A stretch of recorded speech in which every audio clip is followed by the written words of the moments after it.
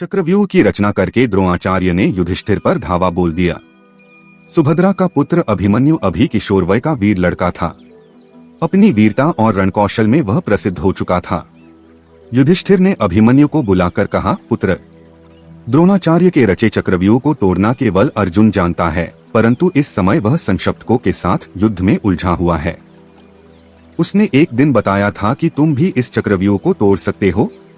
तायाश्री, चक्रव्यूह में प्रवेश करना तो मुझे आता है, परंतु इससे बाहर निकलना मुझे नहीं आता, अभिमन्यु ने उत्साह से भरकर उत्तर दिया। तब तय किया गया कि अभिमन्यु चक्रव्यूह को तोड़कर भीतर घुसेगा और भीम तथा धृष्टद्युम्न, सात्यकी आदि उसके पीछे पीछे चलेंगे ताकि अभिमन्यु की सहायता की जा सके।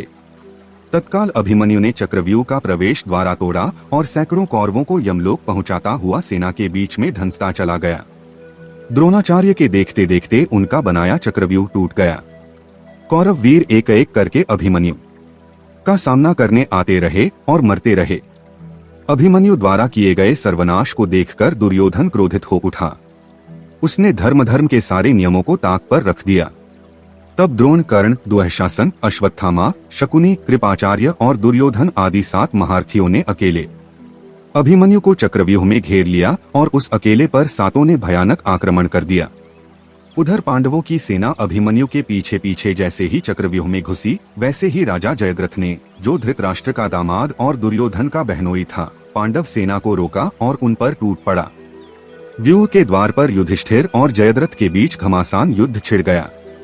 जयद्रथ ने उन्हें आगे बढ़ने नहीं दिया। चक्रव्यूह के भीतर घिरे अभिमन्यु की सहायता के लिए वे नहीं पहुंच सके, परंतु अभिमन्यु ने अकेले ही 7 महारथियों के छक्के छुड़ा दिए। अभिमन्यु की बाण वर्षा से व्याकुल होकर सभी योद्धा पीछे हटने लगे। तभी दुर्योधन के पुत्र लक्ष्मण ने अभिमन्यु पर भीषण प्रहार किया। अभिमन्यु ने भाले के वार से लक्ष्मण को मार डाला। लक्ष्मण के मरते ही कौरव सेना में हाहाकार मच गया। दुर्योधन चिल्लाया, इस पापी अभिमन्यु का इसी क्षण वध करो। एकाएक सभी महारथी उस पर एक साथ टूट पड़े। अभिमन्यु रथविहीन हो गया तो वह रथ का पहिया उठाकर उन पर झपटा। तभी दुःशासन के पुत्र ने उसके सिर पर गदा से प्रहार किया। गदा का प्रहार पड़ते ही अभिमन्यु के प्राण पखेरु उड़ गए। यह दृश्य देखकर धृतराष्ट्र का पुत्र युयुत्सु क्रोधित होकर चिल्लाया, धिक्कार है तुम्हें, तुम सबने मिलकर एक बालक की हत्या की है और ऊपर से हंस रहे हो। यह जघन्य पाप है। युयुत्सु धर्म प्रिय था। उसने अपने हथियार फेंक दिए और वहां से चला गया। अभिमन्यु की मौत से पांडव शिविर में मातम छा गया। युधिष्ठिर विलाप करने लगे कि अब वे अर्जुन से क्या कहेंगे। सभी उन्हें सांत्वना दे रहे थे। उधर संशप्तकों का संहार करके अर्जुन और श्री कृष्ण मार्ग में लौट रहे थे तो अपशकुन होने लगे। अर्जुन चिंतित हो उठे। श्री कृष्ण ने अर्जुन को सांत्वना दी। रात होने पर दोनों शिविर में पहुंचे तो उन्हें अभिमन्यु की मृत्यु का समाचार मिला।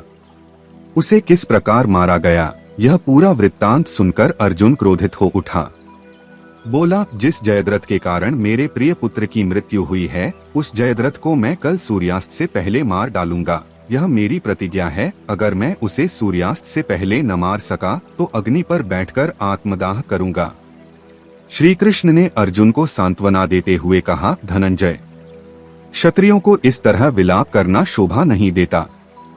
हम हथियारों के बल पर जीते हैं और हथियारों के बल पर ही मृत्यु को प्राप्त होते हैं। वीर और निडर शूरों की अचानक मृत्यु ही स्वाभाविक मृत्यु है। अभिमन्यु को आज जो वीरोचित मृत्यु का वरदान मिला है, उसके लिए तो क्षत्रियों की माताएं अपने पुत्रों को जन्म देती हैं। आत्म शोक दूर करो और अपने आप को संभालो। श्री कृष्ण की बातें सुनकर अर्जुन शांत हुए। उसके उपरांत सभी आगे के युद्ध की योजना बनाने लगे। यह योजना धृतराष्ट्र के पुत्रों के सर्वनाश की थी।